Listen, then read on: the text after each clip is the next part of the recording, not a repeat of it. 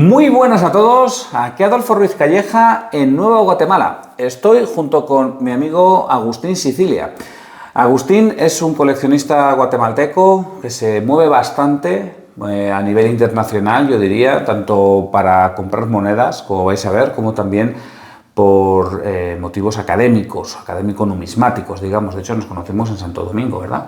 Así es. En la Convención de Historiadores y Numismáticos, y bueno, pues gracias a él, luego, bueno, pues el contacto que mantuvimos, pues vine aquí a Guatemala, y la verdad es que Agustín pues me ha presentado a mucha gente y me ha ayudado mucho en mi visita a Guatemala. Entonces, bueno, antes de nada, muchas gracias, Agustín, por lo bien que te estás portando conmigo, y vamos a ver si nos enseñas a todos un poco tu manera de coleccionar y sacamos de tu experiencia lecciones aprendidas. Claro que sí. Pues nada, bienvenido a Guatemala, Adolfo. Siempre un gusto y siempre también construyendo la hermandad numismática que está entre España, Guatemala y bueno, el resto de América, claramente. Bueno, hermandad que digamos tú la encarnas en ti mismo, porque además de ser guatemalteco también tienes nacionalidad española. Es correcto, de parte de mi padre que nació en España, vino a Guatemala después de la Guerra Civil y bueno, también heredé de él esta hermosa afición de coleccionar y atesorar artículos históricos. Bueno, pues esto ya nos da pie a las primeras preguntas, que suelen ser por tus inicios como coleccionista. ¿Cómo fue aquello? Porque tú vivías siempre, de niño vivías aquí en Guatemala, En Ciudad de Guatemala, sí. Bueno, mi padre desde que era joven nació en la isla de La Palma, en Canarias, y coleccionaba sellos postales y también coleccionaba vitolas o las anillas de los puros, porque se fabricaban muchos puros en la isla. Entonces, estas sendas colecciones que tenía, pues las fue construyendo y llevando a lo largo del tiempo. Y cuando vino a Guatemala trajo su colección de sellos postales, que tenía una muy buena colección de España, también de Cuba y de Venezuela, que tenía cierta afición por estos temas y países. Y yo recuerdo que cuando yo era niño, pues me asomaba al escritorio de mi padre y miraba los sellos postales colocados y ordenados. Y claro, como la curiosidad de cualquier niño, pues yo quería tocarlos y quería entender de qué se trataba eso, pero mi padre decía, no se toca. Entonces, dije, me llama la atención. Entonces, quizás deba yo meterme a coleccionar algo distinto a lo de mi padre, de tal forma que pues pueda yo tener mi espacio, llevar mi ritmo. Y fue lo mejor que me pudo pasar, porque se lo dije a él, y él, pues claro, como cualquier otro coleccionista, tenía también monedillas de diferentes partes del mundo, tenía muchas de España. De hecho, te conté la historia, que la primera moneda que tuve fue un 25 céntimos de España, la que tiene las flechas y el agujero al centro. Uh-huh. Y bueno, era una curiosidad que para un niño de 10 años quizás era algo, súper importante, ¿no? Entonces empecé a coleccionar monedas del mundo y eso fue dando pie a que conforme pasara el tiempo me metiera mucho más de lleno en la numismática. O sea, que tú coleccionabas de niño, pues moneda del mundo, que entiendo que sin apenas valor económico, y la coleccionabas desde aquí, desde Ciudad de Guatemala. La coleccionaba desde aquí, y algunos familiares que viajaban a distintas partes del mundo les decía, ya que vas a tal sitio, tráeme algunas monedas, y así la fui construyendo. Ya luego, al final de los 1990s, que ya yo tenía algunos más años y estaba en la universidad, empezó la era del internet. Entonces en el internet empecé a hacer contactos con diferentes personas del mundo que hacían lo mismo que yo, coleccionar monedillas del mundo, pero eso me abrió una puerta muy fuerte de proveedores con los que hacíamos intercambios. Yo les mandaba monedas de Guatemala y de otros países de Centroamérica, y ellos me mandaban monedas de sus países o de otros países muy lejanos a Guatemala. Hablamos países de Asia, de Europa, de África, de Sudamérica. Y empecé a construir una colección, digamos, que ya era muy, muy fuerte, muy grande, hasta que un día dije, esto no puede más, porque tengo, 6,000, 8,000 monedas distintas de todas partes del mundo. Y dije, voy a concentrarme en algo que sea netamente importante y relevante para mí. Y en este caso seleccioné específicamente Guatemala, mi país. Y encontré ahí un mundo muy amplio de áreas para poder coleccionar, desde monedas, billetes, monedas de finca, medallas, con decoraciones, documentos y muchas cosas que construyen hacia la historia numismática de Guatemala, pero que también, me daban la oportunidad de poder también aportar a la investigación académica, a la repatriación de piezas importantes de la historia numismática de Guatemala hacia Guatemala, y finalmente pues encontrar a unos cuantos loquillos como yo que hablamos de los mismos temas, que cogemos una moneda y le queremos buscar ahí alguna variante o algún detalle especial a través de la lupa y bueno, hablamos el mismo idioma, así que es una área en la que yo me apasiona y lo disfruto muchísimo. Bueno, aquí has sacado bastantes temas y a mí me han surgido un montón de preguntas que quiero que nos vayas desgranando. Entonces, la primera sería, ¿cómo era el comercio numismático aquí en los años 90? Porque en la actualidad hay una sola numismática en todo el país. Entonces, en los años 90, ¿que había más o no había ninguna? Bueno, estaba la misma tienda que conociste, la de la familia Pineta. Numismática La Argolla, creo que Numismática Las Argollas. Las Argollas, está al lado de la plaza central de... Sí, en el Pasaje Rubio, en el Portal del Comercio, y que ha sido la tienda numismática pues, para muchas generaciones de coleccionistas.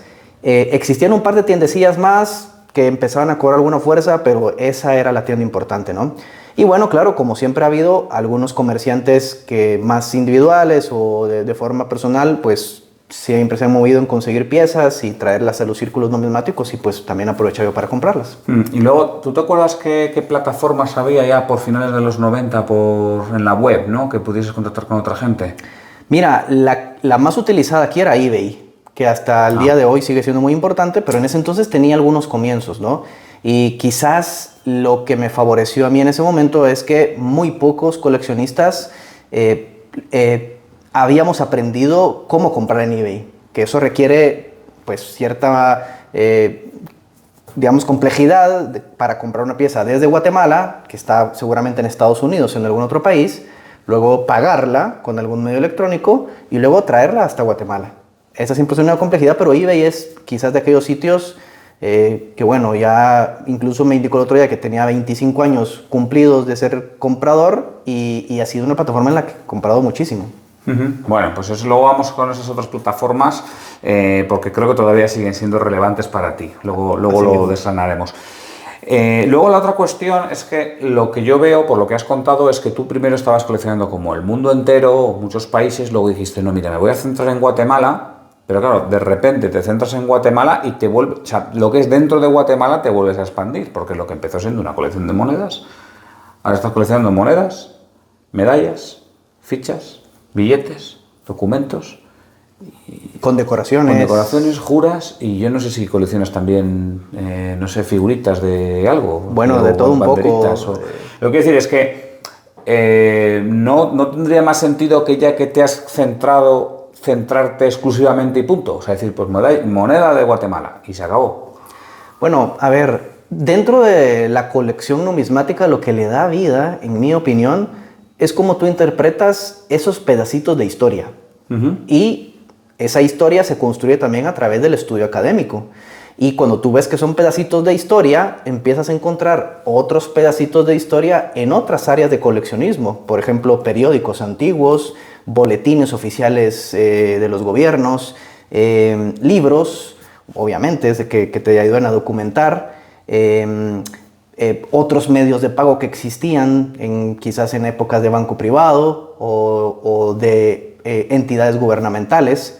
Entonces estos pedacitos de historia, cuando ves que conectan, dices, bueno, quizás sí debería también tenerlos y poderlos documentar. Porque cuando vas a escribir un libro o una investigación académica sobre, por ejemplo, una moneda virreinal, te empiezas a encontrar que hay muchas áreas que te ayudan a contar un pedacito de historia. Y si no, te ayudan también a ilustrar o documentar quizás otras áreas aledañas, ¿no? Por ejemplo, cómo eran las ordenanzas reales para las emisiones de monedas, que hoy quizás están obviamente en archivos digamos, el Archivo General de Centroamérica, pero esas venían en papel sellado. Entonces también colecciono papel sellado, aunque claramente papel sellado de particular, pero para una investigación puedes documentar cómo eran los sellos reales de la corona española para las secas o las colonias de América y poderlo documentar para una investigación. Entonces, pues de alguna forma fui encontrando esta conexión. Claro, todo en su gran mayoría tiene una conexión histórica. Ya después tendrá alguna colección por ahí, quizás de algunas otras cosas que no son tan históricas, como tarjetas de teléfono, quizás. Bueno, pero en su gran mayoría son piezas que hoy cuentan un pedacito de la historia de Guatemala. Curiosamente, hablamos de tarjetas de teléfono cuando cuando hicimos una charla en el Club Escudo con Rafael Compani, que él también hablaba de cómo la iconografía de estas tarjetas de teléfono también puede dar pie a una buena reflexión, a una buena investigación, a pesar de que hoy en día ya es algo que no son coleccionados, pues porque ya nadie usamos tarjetas de teléfono. A ver, aquí también se me vuelven a salir más preguntas. Claro, yo entiendo la idea de decir, oye, mira, si yo tengo mi moneda y yo, para contextualizar históricamente esta moneda, la puedo relacionar con otros objetos, ¿no? Otro coleccionista de Colombia nos hablaba de hacer una malla, como una tela de araña, ¿no? que va relacionando ya no solamente objetos de la historia del dinero, sino también objetos de la historia social, de la historia política, en este caso de un territorio. De tal manera que puedes tener una visión muy holística de lo ocurrido en Guatemala a partir de ciertas colecciones. Claro, pero el tema está en que esto solamente se puede hacer pues eso, en los siglos XIX y XX. O sea, coincide que tu forma de coleccionar permite hacerlo, porque en la edad contemporánea nos han llegado diferentes objetos que se produjeron de manera masiva, digamos, porque ya había ocurrido la Revolución Industrial, ¿no? Claro. Pero claro, si quisiéramos hacer algo parecido de la Edad Media, o del siglo XVI, o de la época romana, ahí no se podría seguir tu forma de coleccionar, entiendo yo. Claro que así mismo es. Claro, para coleccionar necesitas tener objetos que se puedan coleccionar y como lo has explicado bien, claro, van llegando y apareciendo porque existían en una cantidad que, claro, de los miles que existían antes, hoy habrán unas cuantas piezas, ¿no? Y hay un elemento adicional importante y es que me gusta mucho tener el orgullo de poder documentar y atesorar artículos de una forma dándoles digamos, el sentido histórico, es decir, rescatarlos, es decir, poderlos tener en alguna forma segura de poder asegurar que van a seguir contando ese pedacito de historia pues por mucho tiempo más. Porque ¿qué pasa? Que a través de la historia hemos encontrado muchas piezas que caen en manos de personas que no las aprecian, que no les dan el valor histórico y que las tiran, las destruyen. Bueno, hemos encontrado incluso documentos antiguos muy importantes que van a parar a casas de reciclaje. Y dices tú, ¿pero qué les pasa? No tienen quizás un pequeño criterio para entender que hay un trozo de historia de lo que están destruyendo, pero pasa. Y lo mismo pasará con muchas monedas que van a parar a joyerías y se funden para realizar joyas. Muchas otras quizás documentos, por ejemplo, de bancos o documentos antiguos que paran en manos privadas, alguien los encuentra en una caja fuerte que eran de algún antepasado y se los da a sus hijos para que los corten y para que los dibujen o algo y no saben que están rayando una pieza que, bueno, que es histórica, ¿no? Y tercero, quizás importante, que también seguramente te va a despertar muchas otras preguntas, hay un modelo de inversión detrás de esto. Y claramente todas las monedas detrás de la construcción de la historia numismática y de los grupos de coleccionistas, pues lo que va haciendo es que va cogiendo más valor con el tiempo. Entonces es una forma de invertir también y de pues, asegurar en una afición que te va a dejar algo también a futuro. Vale, el tema de inversión vamos a ir con ello más tarde, pero la otra cuestión también es hasta qué punto es necesario coleccionar para poder documentar y para poder estudiar. Me refiero, has puesto antes el ejemplo del papel timbrado, de los documentos reales y demás, ¿no? Perdón, papel sellado, no papel timbrado. Bueno, pero es que, digo, a ver, tienes el archivo histórico de Guatemala, está, no sé, a 10 cuadras de donde estamos ahora mismo. Entonces, ¿para qué quieres tú tener esa colección si simplemente puedes ir al archivo histórico, solicitar los legajos que sean y verlos ahí con tus ojos? Claro, sí. Entonces, ¿tú crees que el hecho de coleccionar o el hecho de tenerlo en tu casa te da un valor a mayores? Bueno, no necesariamente, claramente. Es decir, hay muchísimas personas que son estudiosos del tema y que no tienen ninguna pieza. Y probablemente personas que sepan incluso más que yo. Eso está claro, ¿no? Pero también tengo que reconocer que yo tengo un espíritu coleccionista, que desde niño lo traigo, y que me encanta pues esa emoción de poder ir teniendo piezas que van llenando una colección, ¿sí? En la mayoría de los casos trato de darle un contexto y darle una estructura a mis colecciones. Es decir, no colecciono cosas solo porque sí, sino que todas encajan dentro de alguna temática. Entonces me sirve documentarlas, tenerlas, y quizás hay algo que yo valoro mucho, que es lo mismo que quizás alguien podrá decir, bueno, será lo mismo ver una película en el teatro de tu casa o ir a un cine, que lo ves con otra experiencia distinta, ¿no? Entonces esto de poder tener las 24 horas del día, una pieza en tus manos, en tu propiedad, y que la puedas admirar, pesar, girar, ver la cantidad de veces que quieras y tener la experiencia, y probablemente hasta, qué sé yo, imaginar un poco por cuántas manos habrá pasado, de quién habrá sido de un rey, de un presidente, de alguien importante, habrá estado en alguna colección, en alguna exposición. Hombre, hablamos también que en su mayoría todas las piezas numismáticas y las piezas de estos pedacitos de historia son cantidades relativamente pequeñas. Entonces, también verlas como coleccionista, quizás en alguna venta o en algún mercadillo, no atesorarlas y dejarlas pasar, bueno, también requiere un poquito de valor. Entonces, de pronto digo, bueno, prefiero que estén acá, que las podamos documentar. Y mira, algo que ha funcionado también es que muchas de estas piezas han servido para ilustrar libros, para ilustrar investigaciones, para descubrir detalles o eslabones perdidos en algunas partes de la historia. Y bueno, eso le da también un valor quizás a ese pedazo de decir, mira, tal vez dentro de la colección está potencial información que puede servir para alguien después. Que quizás para mí es una pieza de colección, pero que tiene como digo, una cápsula de información en el tiempo que alguien más está por descubrir. Vale, luego vamos con el tema de la inversión, que también lo has tocado antes. A ver, yo entiendo que al final tu colección, pues para ti es un ahorro, ¿no? Que potencialmente se revaloriza, incluso potencialmente por encima de la inflación. O sea, claro, para que algo te genere dinero, pues tiene que revalorizarse por encima de la inflación, te genere valor, mejor dicho.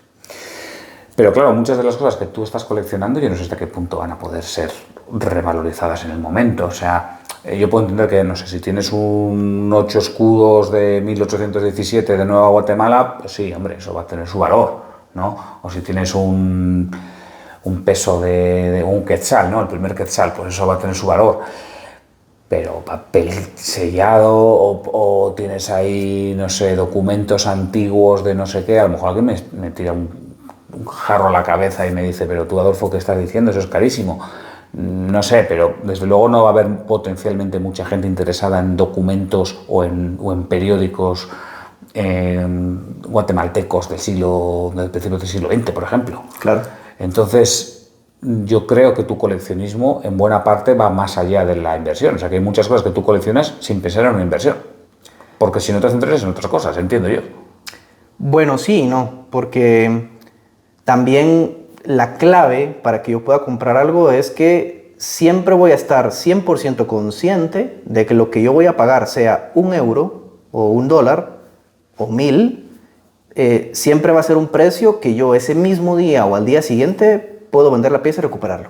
¿Y si no, no lo compras? Y si no, lo compro. Me han ofrecido piezas muy buenas, pero a precios que yo creo que están sobrevalorados, y simplemente las dejo ir, porque no voy a comprar algo que al día siguiente le voy a perder dinero. Entonces, claro, he comprado periódicos y tengo papel sellado y tengo documentos antiguos, pero que he pagado precios prácticamente ridículos. A derrumbe. De derrumbe. Y alguna que otra pieza que sí he pagado quizás un poco más, es porque a la hora de documentarlo, de leerla, digo, mira, aquí hay algo interesante. Y entonces pues voy a pagarlo. Pero eso es importante también porque, fíjate, en Guatemala, aparte de las tiendas numismáticas, ha surgido otro grupo de comerciantes que se dedican a cazar tesoros a lo largo de los mercados, el interior de Guatemala sobre todo, y suelen conseguir muchas piezas de este tipo, ¿no? Que no necesariamente son monedas y billetes, sino que son otros pedazos de historia. Las suelen traer a estos mercadillos y se consiguen por un precio accesible. Es decir, no te pienses que esto también son piezas de millones de dólares, sino son piezas de 20, 30, 40 quetzales, que hablamos de 3, 4, 5 euros, ¿no? Es decir, hay de todo. Pero el principio con el que yo colecciono es cualquier pieza que yo compre, ese mismo día o al día siguiente, yo la debo de poder vender por lo menos en lo que pagué. Eso es una restricción muy fuerte, porque yo si soy sincero, prácticamente nada de lo que he comprado sería capaz de venderlo inmediatamente a ese mismo precio. A mí si me dijesen, bueno, tienes un año para venderlo, bueno, pues probablemente sí que encuentre que me pagas el mismo precio.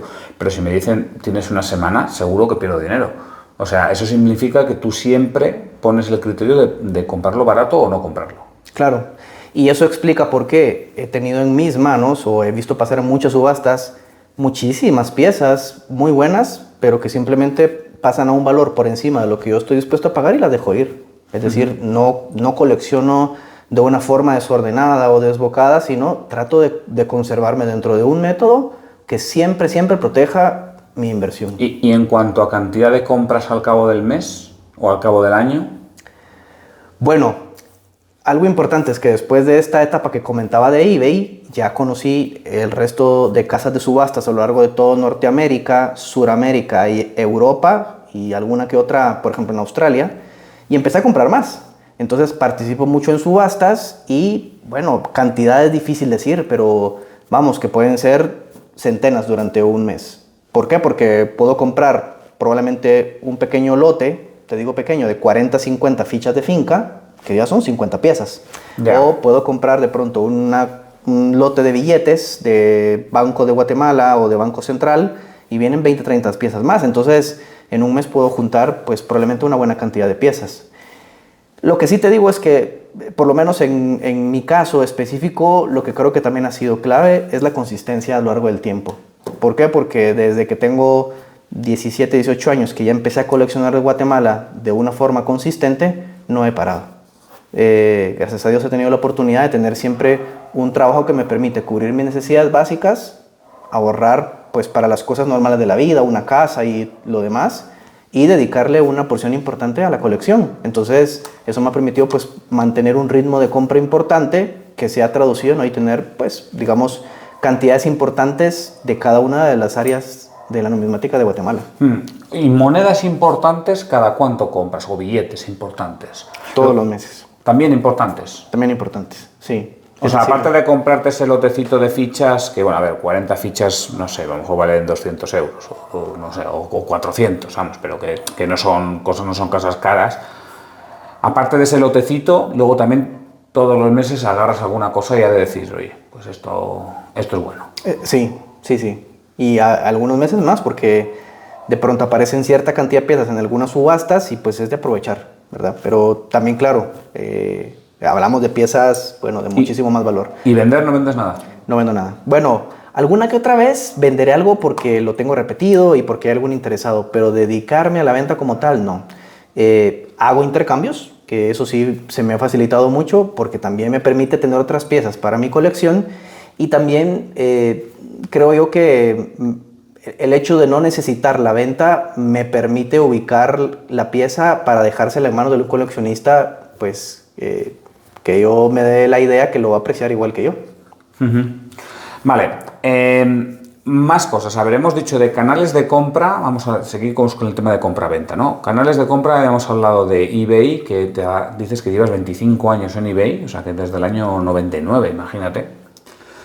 Luego, hemos hablado de casas de subasta, entiendo que los que todo el mundo tenemos en mente, pues Sedgwick y Aureo y Tauler y Fau, Cayón y Heritage, sí. Claro, todas estas casas de subastas, incluso australianas, imagínate, ¿no?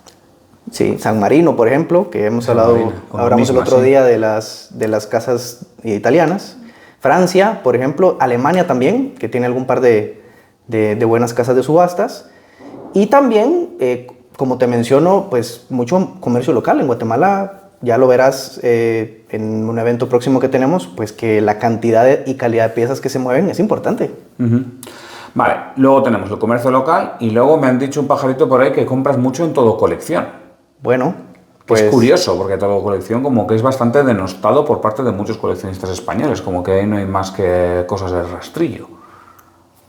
Mira, yo creo que también una de las experiencias de mi vida es, yo no paro de buscar en ningún sitio, porque hasta en los mercadillos menos prestigiosos, tú puedes escarbar entre algún recipiente y encuentras un tesoro. Entonces, Todo Colección ha sido un proveedor importante mío, también desde hace 10, 15 años, qué sé yo, y he encontrado piezas de Guatemala muy importantes ahí, que probablemente nadie las voltea a ver o nadie les da la importancia, y digo, mira, ¿dónde lo fui a encontrar?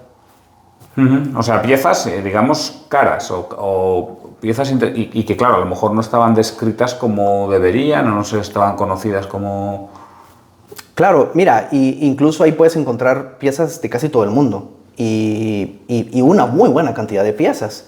Claro, en su mayoría son piezas comunes y probablemente en un valor mayor al que yo las podría conseguir aquí, entonces pues las dejo pasar. Pero de cuando en cuando aparece algún tesoro, alguna cosa y también algunas cosas que claro, son más valoradas aquí que allá.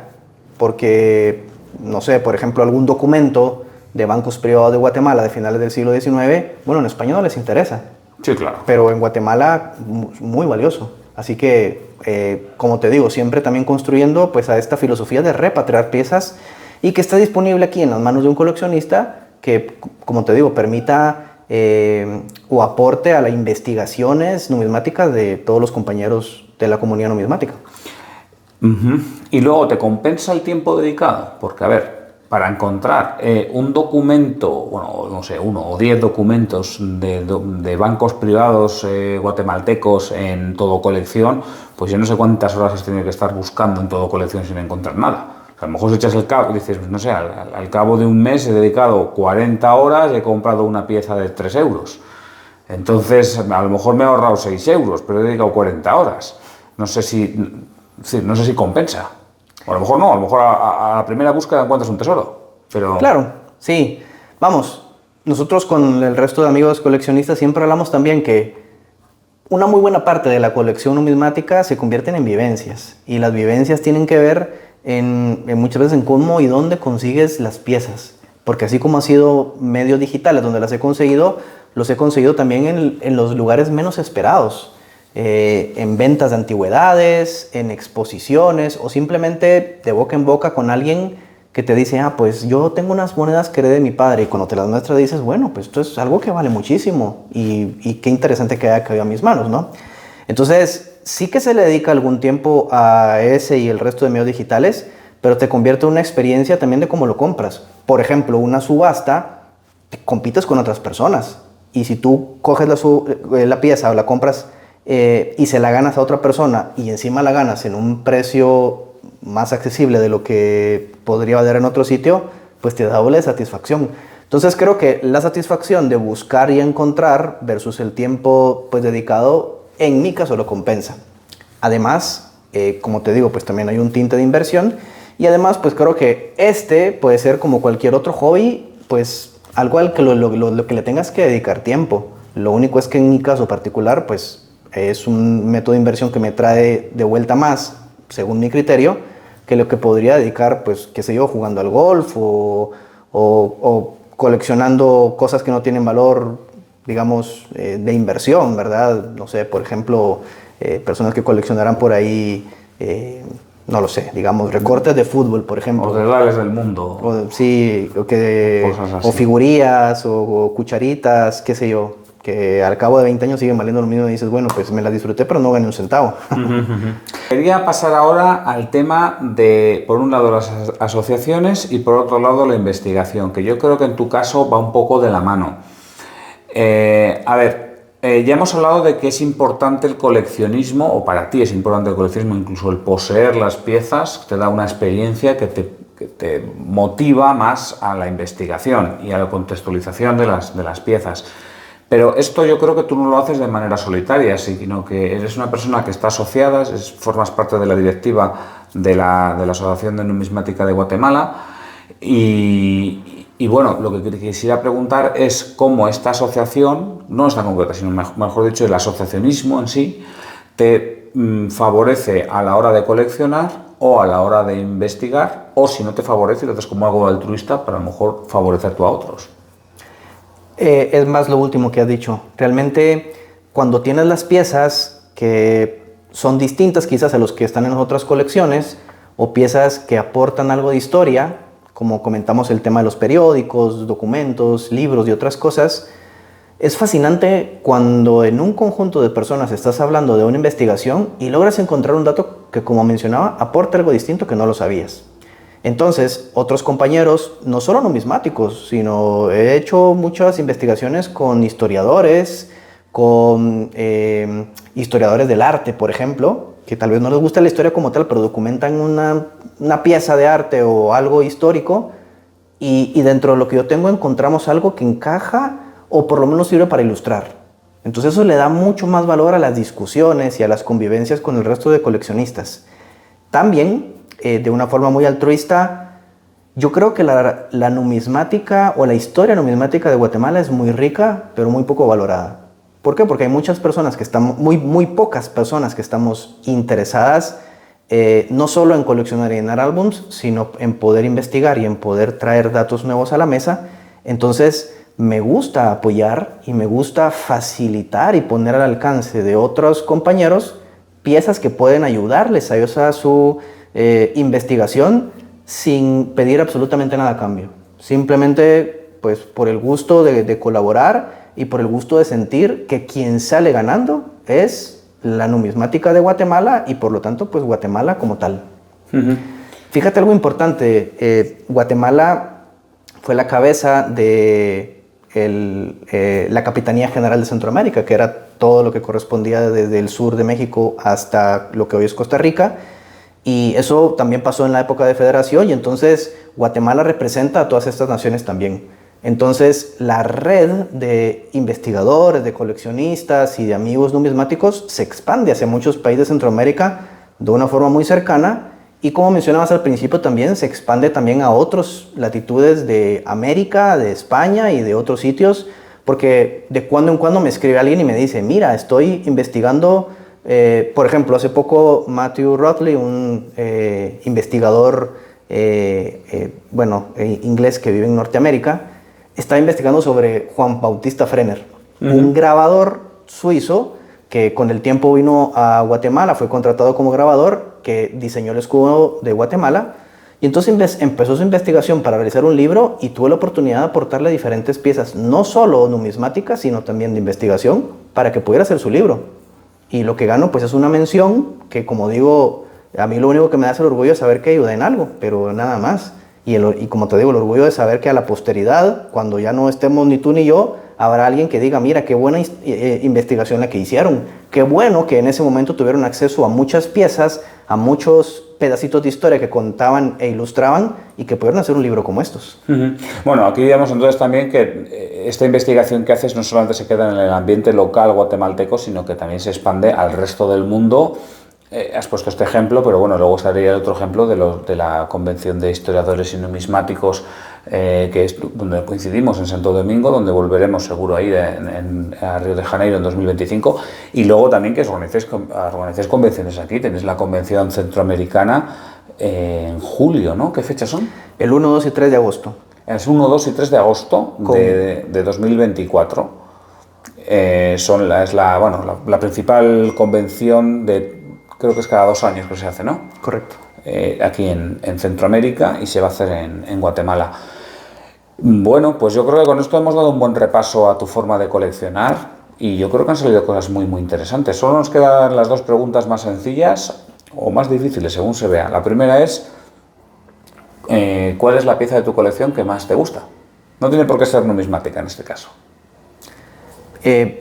Quizás la que más me gusta es un 8 escudos de Colonial de Oro de 1755 y tiene 2 razones por las cuales quizás me gusta mucho. Obviamente es una pieza sumamente escasa que la conseguí en un precio menor al de mercado, entonces como has visto también disfruto mucho este sentimiento de saber que compré algo por debajo del valor promedio de mercado. Además es una pieza sumamente escasa y el hecho de tenerla pues me da cierta satisfacción. O sea que te costó un cojón en vez de cojón y medio. Bueno, una forma de decirlo. Y la otra es la historia de cómo ha llegado hasta mis manos. Fíjate, algo que no he contado es que para traer cosas a Guatemala es muy complejo porque el correo no funciona. Hay un correo pero no funciona. Y entonces la única forma en la que los coleccionistas de Guatemala podemos traer piezas es a través de otros países. Entonces las mandamos a Estados Unidos y de Estados Unidos las traemos acá, o si está en algún país de Europa y buscamos algún amigo o algún coleccionista que pueda recibirlas en su casa y luego traerlas. Entonces a veces pasa 1 año o 2 años en lo que yo pueda recibir una pieza que compré, ¿sí? Y específicamente esa tiene una historia que la voy a contar muy rápido, pero la recibió un amigo que se llama Guido Ursúa, que vive en New Jersey, Estados Unidos, y él es guatemalteco, pero vive allá. solía recibir algunas de las piezas mías y cuando ha venido a Guatemala me ha dicho, pues no la encuentro, no la tengo. Y bueno, en ese momento me preocupé muchísimo, me imaginé mil veces dónde la habrá podido dejar tirada, en su casa, en el camino, en el avión, dónde. Estuvo en Guatemala quizás 2-3 semanas visitando a su familia y esto. Y el día que se iba, nos despedimos por teléfono, se fue al aeropuerto y me llama Nora Exacta y me dice, Agustín, ¿en dónde estás? Y le digo, pues en mi casa. Ven al aeropuerto que encontró la moneda. ¿Y dónde estaba? Pues metía mi pasaporte, que cuando venía a Guatemala la traía, la metía ahí y se me ha olvidado. Y entonces, si la quieres, ven a traerla ahora. Bueno, no, volaste al aeropuerto. Volé a 1000 por hora para llegar ahí y cogerla y me la entregó en la puerta del aeropuerto y él se metió al aeropuerto para coger el avión. Pero bueno, estuvo un pelín o de perderla o de extraviarla o lo que sea. Y bueno, entonces tiene como ese especial cariño, digamos, de decir, es una pieza que sí o sí tenía que ser mía. Sí, bueno, es que además hay que pensar que esto es una moneda de, bueno, no sé, digamos que hay gente que no gana en un año lo que cuesta esa moneda. Vamos a dejarlo ahí. Entonces, claro, que se te extravíe algo así, pues imagínate, a mí me daría un soponcio tremendo. Y luego, ¿cuál es la que te gustaría tener y no tienes? Bueno, eso es una muy buena pregunta. Fíjate, por ejemplo, a mí me gusta mucho la notafilia, los billetes, incluso te diría que es el área de mi colección que más disfruto, porque Guatemala tuvo una época de emisión de billetes por parte de muchos bancos privados que existieron entre 1870 hasta 1925, y los diseños son espléndidos, son diseños con viñetas de las distintas casas de emisión de Estados Unidos y de Francia y de otros países, y dentro de esos hay unos billetes que son muy raros. Entonces, por ejemplo, Banco Nacional de Guatemala, que es el primer banco estatal que funcionó y emitió muy pocos billetes, y creo que viste algunos de ellos en el Museo del Banco de Guatemala, que son los únicos que se conocen. Bueno, ¿no se conocen más que los que están ahí expuestos? Algunos son los únicos que están ahí. Y algunos, pues, habrá uno pues o dos más. Están en una conservación que, como alguien los haga así, nos quedamos sin billete. Claro. Entonces, son billetes que, claro, el hecho de poderlos tener por el valor histórico que tienen, el valor artístico que tienen y el valor pues de inversión también, seguramente son billetes con los que alguna vez he soñado. O sea, que si a ti te diesen a elegir entre un billete de estos del banco, ¿hemos dicho que se llama? El banco, Banco Nacional. El Banco Nacional, en 1875, los primeros billetes de Guatemala. Sí. O te diesen un macaco de oro de Felipe V, ¿tú te quedas con el billete? Bueno, me la pones difícil. Amigo. Bueno, ¿qué te parece la mitad de cada uno? Son cosas que difícilmente ves más que en alguna colección sumamente grande como la de Don Carlos Páez en Guatemala o en el Banco Central, y no mucho más. Porque, vamos, que son piezas, es que decir raras pareciera decir, puedo pasar 5 años o 10 años en verla. Son piezas únicas. Son piezas únicas que si existen dos en toda la historia de Guatemala y el mundo, pues probablemente pase yo y las siguientes 2-3 generaciones y ninguno la mire. Sí, eso también es la idea esta que también introduje en un artículo, que es que hay veces que la moneda es rara o muy rara, pero la oportunidad de hacerte con ella es todavía más rara. Porque puede ser una moneda o un billete sumamente raro, pero que resulta que en toda tu vida no va a salir ninguno al mercado. Correcto. Y a lo mejor incluso en la vida de tus hijos tampoco, que por el motivo que sea está metido en una caja fuerte, esa familia ha decidido no venderlo y se pueden pasar 150 años hasta que eso llegue al mercado. Entonces, vale, dice, sí, existe un ejemplar, ¿vale? ¿Dónde está ese ejemplar? Pues que lleva 150 años metido en la misma caja fuerte. Claro. Y eso pasa, o sea, hay ejemplos de este tipo de cosas. O que resulta que justamente el día que sale, pues oye, tú te acabas de comprar un piso, tu hija se ha casado o lo que sea, y ahí no tienes la pasta. Y no tienes la pasta, no tienes forma de adquirirlo, y luego pasan otros 80 años hasta que vuelva a salir al mercado. Y eso, bueno, pues los coleccionistas tenemos que saber vivir con ello. Claro. Porque eso forma parte del juego, claro. Eso es así.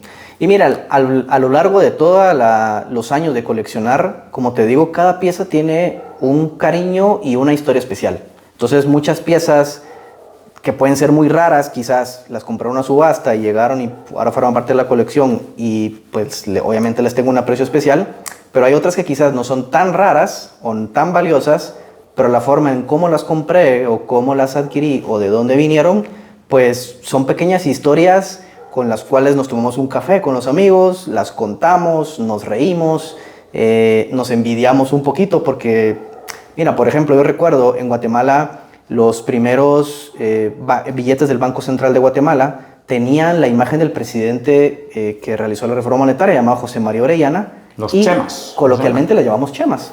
Entonces, en una ocasión, estando en la casa de una amiga, me dice, bueno, ¿quieres ver un álbum de fotos? Y me saca el álbum de fotos. Y empiezo a ver fotos. Y cuando llego al final, veo un billete que está doblado y digo, ah, mira, un quetzal del Banco Central de Guatemala. Pero cuando lo saco y lo abro, era un chema.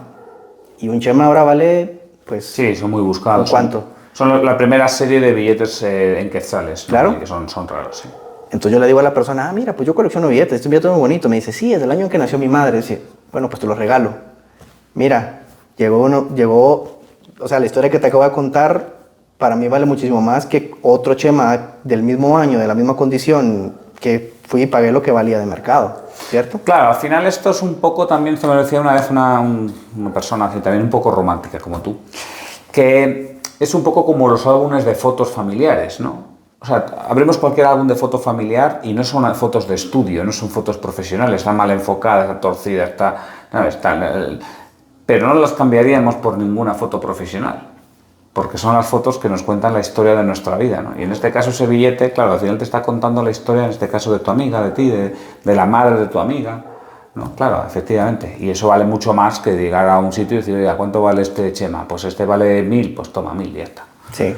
Y algo importante que también hemos descubierto en la mayoría de amigos coleccionistas, y lo hablamos, es que después de nosotros, si nuestros herederos estimamos que no van a tener el mismo interés de colección o de valoración de las piezas, lo mejor que puedes hacer es venderlo en vida. ¿Por qué? Porque probablemente te vas a sentir muy mal en la tumba sabiendo que están vendiendo tu colección por un valor que no se acerca ni a lo que pagaste, ¿no? Aquí te voy a llevar la contraria. Ya está. O sea, estamos aquí en minutos, nos habíamos despedido hace 10 minutos, pero es que la conversación está siendo muy interesante, como siempre con Agustín. A ver, ¿y por qué se tiene que vender la colección en vida y no se vende el chalet de la playa? O la casa donde vives, o la moto que tienes, o el auto. ¿Por qué la colección no se puede dejar al heredero? Sería tan sencillo como decir, mira, agarra todo esto, se lo llevas a tal casa de subastas y ya está.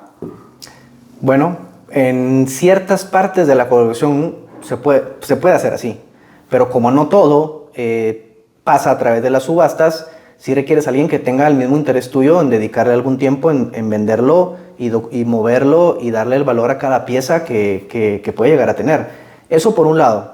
Y por el otro, yo creo que, como tú dices, de una forma romántica, también te va a permitir a ti tener una experiencia de venta. Y que cada pieza, conforme la vayas vendiendo, vas sabiendo con quién queda, te da la sensación de qué valor le puede dar a esa persona.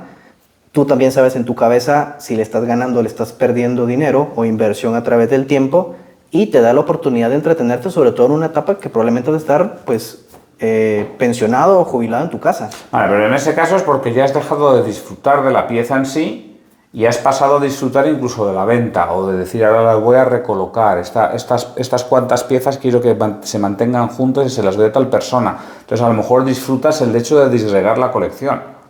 En ese caso te lo compro. Pero yo creo que si una persona sigue disfrutando de su colección, oye, pues que se la lleve a la tumba. Y el heredero, si es tonto, pues que le den. Bueno. O sea, intenta que tus hijos sean listos. Y si resulta que cuando te mueres, pues tus hijos siguen siendo tontos, pues oye, a un tonto y su dinero dura poco tiempo juntos, ¿no? Eso es un dicho que se dice en España. Entonces, si tú en vez de dejar una colección le dejas dinero y el chaval es tonto, pues le va a aguantar poco tiempo ese dinero. Ahora, si me dicen, no, es que ya dejas de disfrutar la colección como tal, como dejas de disfrutar la posesión de la colección, vale, pues en ese caso a mí me parece más convincente. Mira, ¿Por qué resulta que es más fácil vender una casa en la playa que vender una colección? ¿Te resulta más sencillo? A mí me resulta más difícil. Bueno, Algo que sí también hemos experimentado con muchos coleccionistas es que la vida da muchas vueltas. Lo que hoy nosotros pensamos y nos apasiona y tenemos, en 5, 10 o 20 años quizás no lo sea así. Probablemente cuando yo llegue a esa edad, pues probablemente diga, pues no, me voy a morir y es más, entiérrenmelo en la tumba, porque lo disfrutaste el último día y me encantó y métanlo y ya está. Y ustedes en vida verán qué harán, ¿no? Pero puede ser que yo llegue a los, qué sé yo, 60, 70, 80 años y diga, pues mira, ya no lo disfruto más, ahora quiero viajar, ahora quiero, pues no, me voy a poner a coleccionar otra cosa, o me voy a poner a ver pelis el resto de mi vida y pues la colección en lugar de que se pudra, mejor le doy un valor y la vendo. Muchas cosas pueden pasar, ¿no? Pero dentro de eso quizás, vuelvo y repito, hay ciertos elementos que construyen la forma en la que yo colecciono y una de ellas es el atesoramiento de piezas históricas. Entonces, al menos esas piezas, para mí sí sería importante saber que las voy a dejar en alguien que las va a atesorar o que las va a apreciar. Más allá de la parte coleccionista y numismática y que sea parte de una colección o no, es simplemente que no vayan a parar tiradas en una caja, por ejemplo, los documentos en una caja que se puedan podrir y que se pierdan. Y yo diga, bueno, pues yo no sé si lo voy a sentir el día que pase a otra vida, pero prefiero irme tranquilo de que todo eso se quedó en buenas manos. Bueno, pues yo para que quedes tranquilo, tú lo que puedes poner en tu testamento es ese 8 escudos de 1755 se lo dejamos a Adolfo, que Adolfo lo va a valorar y a atesorar siempre. Que quede constancia que quede constancia. Será mi heredero. Yo lo valoraré. Pasa que Agustín es un poco más mayor que yo, me parece a mí que ya... que Dios nos dé salud muchos años, que eso es lo más importante. Ya te iré poniendo en el testamento, no te preocupes. Bueno, queda dicho, ¿eh? Queda dicho.